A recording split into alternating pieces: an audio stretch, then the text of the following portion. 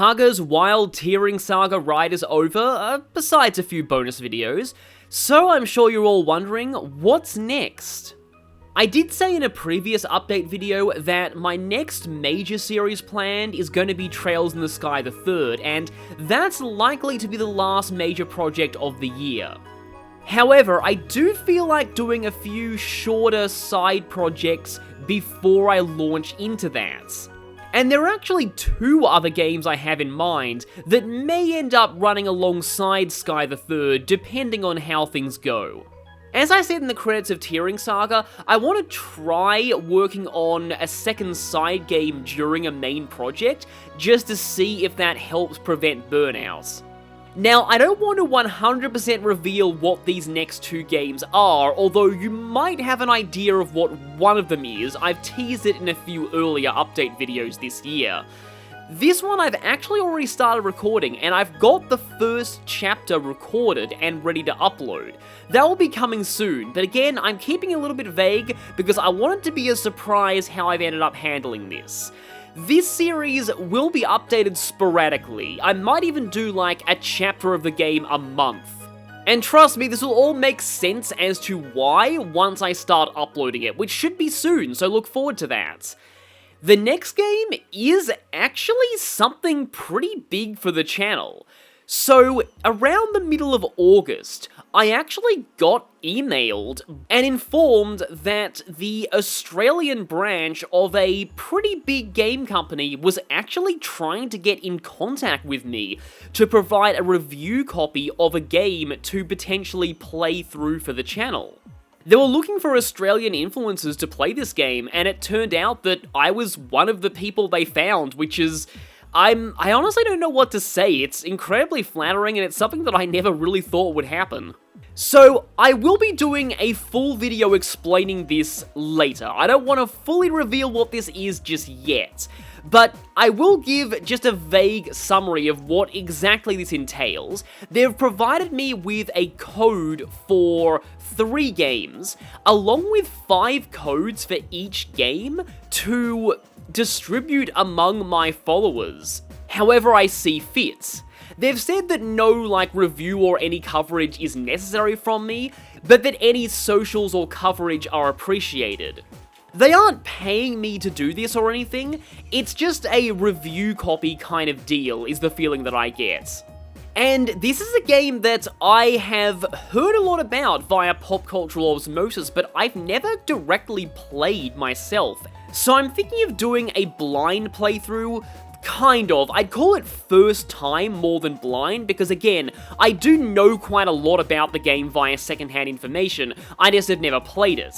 And I think it's perfect for right now, as it's not likely to be a very long game, as far as I can predict.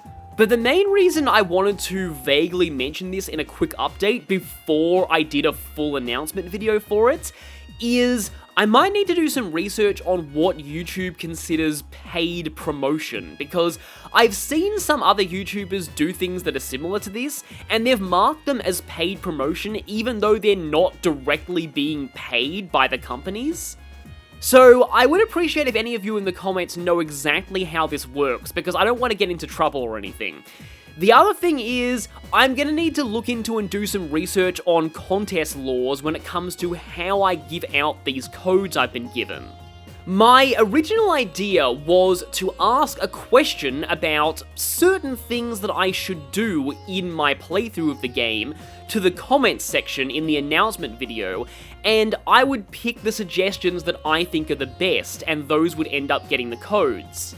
According to Gleam.io, a website I found, this would fall under a game of skill in Australia and would not require a permit.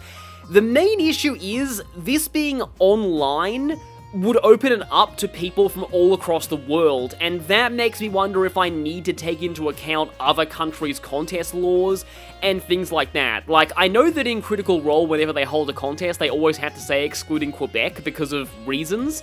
So, yeah. I've never really done anything like this before, I just don't want to get into trouble or anything. I have heard that Gleam.io does offer basically ways to host contests via their site that don't violate laws, so I could look into that too. So in summary, this series will be coming likely within the next few weeks. However, I will need to research how YouTube handles contests and what it considers paid promotion before I do so. So that's what's coming next, but I've also been doing a few things on the side that I want to talk about here, as they may lead to a few interim videos. In fact, I've already recorded a few that will be released sometime in the next few weeks, but they require a bit of context. Lately, I've really been getting into Iron Man runs of Fire Emblem. It started when I watched some Iron Man death montages and found them actually kind of funny, and it made me want to do an Iron Man on my own time just to prove I could actually do it. Originally, I considered something like Awakening as a fairly easy game, and then I realized that game has ambush spawns. Then I considered Fate's Birthright, but it has a lot of complicated mechanics that I don't really remember since I first played it. I was looking for something simple, but still challenging, but also a game where I don't really care about the characters that much. And then it hit me.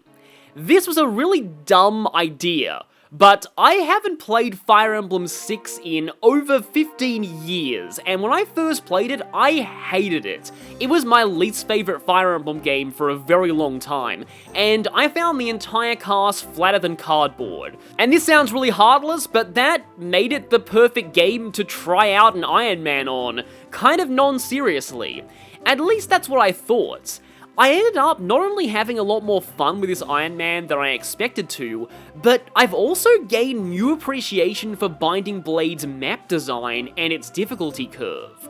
I still don't like its story or characters very much, but it's actually not my least favorite Fire Emblem anymore after this Iron Man, and I am definitely realizing why certain members of the Fire Emblem YouTube community like this game so much. It's definitely more of a gameplay over story title, but that's honestly been really refreshing to me after playing games like Three Houses and Echoes that have great presentation and voice acting and other stuff like that, but have kind of lost some of the simple turn-based strategy magic of the earlier games.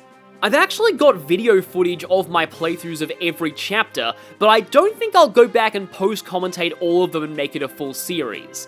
My original idea was to edit together a full montage video of highlights of my playthrough, and while I still am considering that, it's gonna be a lot of editing work, so take it with a grain of salt whether or not I actually decide to do that. I might do it one day, and I get the feeling that it would algorithm very well, especially if I gave it a clickbaity title like, I Iron Manned a Fire Emblem game I haven't played in 15 years. But again, you were probably underestimating the sheer amount of work it would take to edit that together, especially as I have 2 other side series in the works right now. But there are a few videos that definitely are going to come out of this Iron Man. The first is a sort of my thoughts on video that is going to have a very clickbaity title, Was I Wrong About Binding Blade? I gave a brief overview in this video, but I want to give a full discussion of what I think I've reevaluated about Binding Blade since playing this Iron Man, and why I'm actually getting new appreciation for the game. Originally, I planned to wait until a remake to reevaluate Binding Blade, but it turns out it's happened much earlier. Just be aware, it hasn't shot up to like my favorite or anything, it's probably only gone up to lower mid-tier Fire Emblem for me at best. It's just more like, half dislike for me now, rather than full dislike. But the other videos, well, I decided to fully commentate my playthrough in the Iron Man of Chapter 14, because that chapter is evil and I wanted to capture my horrified reactions to everything on film. So that will be uploaded soon, and I've also recorded Chapter 21, which is going to be a 2-parter because it's long and has a gajillion reinforcements. And while I haven't recorded this yet as of this video, I do plan on recording the final chapter because I missed the best ending. I was so close, I was on track for it, and I forgot the Ilia map had a time limit, so yeah. Chapter 22 is gonna be where the Iron Man ends, and I guess you'll see whether it succeeds or fails. But the Iron Man bug bit me pretty hard with Fire Emblem 6, so I decided to give a Fire Emblem 7 Iron Man a try, and after a little bit of hesitation, I decided to do it on Hector Hard mode because why not? This one has been a lot more of a disaster than my Binding Blade Iron Man. So far, it has not ended yet, and that really surprises me, but I'm up to Battle Before Dawn, and I've lost a lot of people, it might end here. So, I also plan on recording my playthrough of Battle Before Dawn in this Iron Man. Again, I'm still absolutely shocked that I haven't game overed yet. Bear in mind, this is my first time playing Hector Hard mode ever. And that leads me to something else. Going through Hector Hard mode for the first time, I don't really find it that bad. This might be because I've played later games difficulty modes such as Maddening and Three Houses, and they've become a lot more extreme compared to FE7, which is still an overall easy game. It's less so that Hector Hard is like brutally difficult, and more that Hector Hard is the only mode of FE7 that even vaguely approaches difficult. Why I'm talking about this is that I had vague plans to play FE7 on the channel someday, and playing through this Iron Man, I started to wonder if I could actually pull off a Hector Hard mode playthrough. But as I got later into Hector Hard, I decided against that. And it's not because Hector Hard becomes too difficult for me later on. Again, I'm sure I could handle it. The problem is, I don't think it would be enjoyable to watch with my playstyle as a video series. Reason being, the later Hector Hard mode chapters are very enemy spam heavy. Playing this as an Iron Man alongside FE6 has been a really interesting experience because the two games are like night and day, not just in terms of story focus, but also in terms of how they handle difficulty. In Binding Blade, the enemies are generally very tough overall, and when somebody dies, it's usually because you use the wrong tool for the wrong job, like sending a mage into the front lines or putting someone with an axe against a lot of sword users. In my FE7 Hector Hard Iron Man, on the other hand, whenever I've lost someone, it's been because the sheer weight of numbers wore them down. Its difficulty mostly comes through Zerg rushing you. There are some genuinely creative map gimmicks on Hector Hard mode, like giving a lot of enemies Reaver weapons in Kinship's Bond or adding a lot of Pegasus Knights to the pirate ship chapter. But when I got to Crazed Beast and Pale Flower of Darkness, that's when it hit me that my playstyle would not make these maps enjoyable to watch in a full recorded series, because I like to kill everything and get as much experience as possible, and these maps just churn and churn out reinforcements like nobody's business. And from what I've seen of other Iron Man runs, it gets even worse in Cog of Destiny and Victory or Death.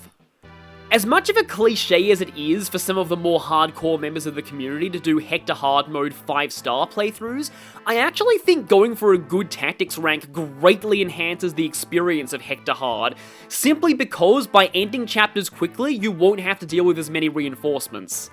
And if I was going to do an FE7 playthrough, the main reason would be to show off my favourite supports and a lot of the hidden dialogue and secrets in the game, so I would definitely not be doing a 5-star tactics run.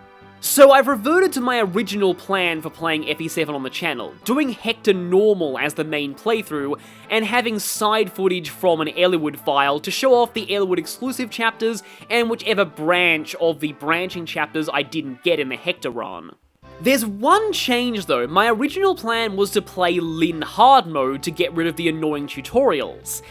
I did that for the Iron Man, and it made me realize just how bare bones and, frankly, boring Lyn mode is without the tutorials. And if I played on Lyn normal with the tutorials, I could give my thoughts on how well they've aged since then, as this was designed to be the original entry point for Western fans into the series, but the series has progressed a very long way since then, and nowadays, with the vast majority of the fandom getting introduced via Awakening or Three Houses, I think it would be interesting to look back and see just how different their approach at attracting newcomers was back then, and try to analyze what worked and what didn't. There's a lot about the tutorials that I find incredibly annoying, but at the same time, I think some of them did a much better job than later games did, especially the recruitment tutorial, given the sheer number of new players that I've heard killed Gaius and Tharja in Awakening. Playing through this Iron Man has rekindled a lot of my feelings towards this game. While I know there's a lot that's been re-evaluated and maybe looked on less fondly now, Blazing Sword was my first Fire Emblem, and I have a lot of stories I could tell from the first time I played it. So I'm considering making that the next major Fire Emblem project on the channel. It probably won't be until next year, but I'm definitely looking forward to covering it. And speaking of next year, I'm also thinking of doing either Persona 5 Royal or Trails of Cold Steel 1 in 2022. P5R because I really enjoyed Persona 4 and would like to play another Persona game on the channel, and Trails of Cold Steel because it would tie in quite well with the Crossbell games getting localized that year. I think I'll see how long Sky the Third ends up taking me, and I'll gauge interest in the comment sections both there and in this video. That's all I have for updates, but speaking of Trails of Cold Steel, I got a lot of people on this channel into the series just by talking about playing it during one of my old update videos, so I guess I can discuss a game that I am currently going through on my own time, and that's Neo The World Ends With You. In summary, it's been fun, but it's never felt as groundbreaking as the first game did.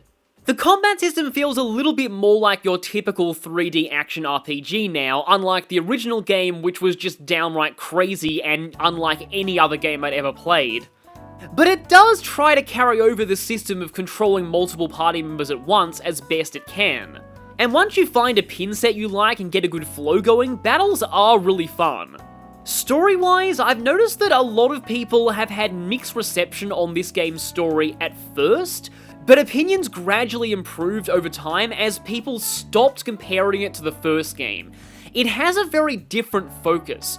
How I feel is that the first World Ends With You was very much about Neku, his journey and his developments. All of the supernatural things happening in the plot were really just background details. At its core, it was a story about an antisocial teenager learning how to open up to others. Each week generally focused on a small cast of characters very intimately. Neku, his partner, and as the antagonist, that week's Game Master. Because of this, it always had a small, low-stakes feel to it despite the crazy supernatural powers. Again, the story was more about Neku than it was about the Reaper's game. By contrast, Neo feels much more like a typical modern JRPG plot. It's more about unraveling the conspiracy of the game itself, working out the machinations of the antagonists, and stopping a much higher stakes plot.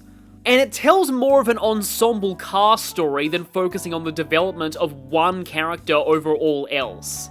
There's a lot of characters in this game, both protagonists and antagonists, and they all get a decent amount of screen time and development, just not as incredibly extensive as Neku did in the first one. It's still a good story, I feel, it's just a different kind of story to the first game, and some people might prefer one or the other. I can't say much more without going into spoiler territory. I'm currently in the last day of week 2, and I will say the second half of week 2 is about the point where I've started to get really invested in the story, though I have been spoiled on a lot of things that happen in the next week. I'm pretty lax about spoilers unless I'm doing a full blind recorded playthrough, so that's just the kind of person I am. But I will say there's one aspect of this game that has dragged it down a bit for me, and that is Scramble Slams. These are days that happen usually once a week, sometimes twice, where there's very little plot. You go around a whole lot of areas, fighting enemy teams and chaining large numbers of noise into fight with enemy teams in order to rack up good scores. If you get a high score, you'll get rewarded with a unique pin, so the completionist in me really wants to score well. The problem is, the scoring system is not very well explained. It's based on the damage you inflict with a beat drop, which means that single hit high damage psychs are a lot more valuable than multi-hit ones. And not only does this restrict you to a single playstyle in a game that is a lot more fun when you're experimenting with different pin combinations and trying to find out which you like best, it also means that you need to farm a lot of random battles in order to get high scores. The moment you hit a Scramble Slam, it can be a brick wall to progressing the story. Though the thing is, there's a Scramble Slam in week 2 that's a lot shorter and only takes up half of its day. And if all of them worked like that, I'd probably like the system a lot more. That day turned out to be really fun. It just seems to be the exception and not the norm for Scramble Slams. Overall, I definitely recommend checking this game out, though I get the feeling the majority of its fanbase is gonna consist of people who played the first game. Without spoiling much, even though the stories are fairly separate, there's a lot of things that happen in the second game's story that will hit you harder if you played the first one. Though I have heard that Week 3's plot starts heavily relying on aspects introduced in the new content in the final remix port of the first game, and that's something that I never played, so I hope that reading summaries of that content is enough to get me by here. Honestly, I prefer the original DS version of the first game, just because of how crazy the control scheme is, even though it takes a lot of getting used to. There's really nothing like it once you get the hang of it. I really hope this game does well, because all memes aside, I actually do wonder if Persona is going to be hurting its exposure. The reason is that part of what made the original World Ends With You so fresh and groundbreaking is that at the time, Japanese high schoolers in an urban fantasy modern day setting was relatively novel when it came to games. Persona hadn't quite taken off at that point, but now that it has, Japanese teenager urban fantasies are a dime a dozen, and I really hope this game doesn't end up lost in that crowd. That's all I wanted to talk about, so I hope you've enjoyed this overview of what's to come, and I'll see you all in my next series.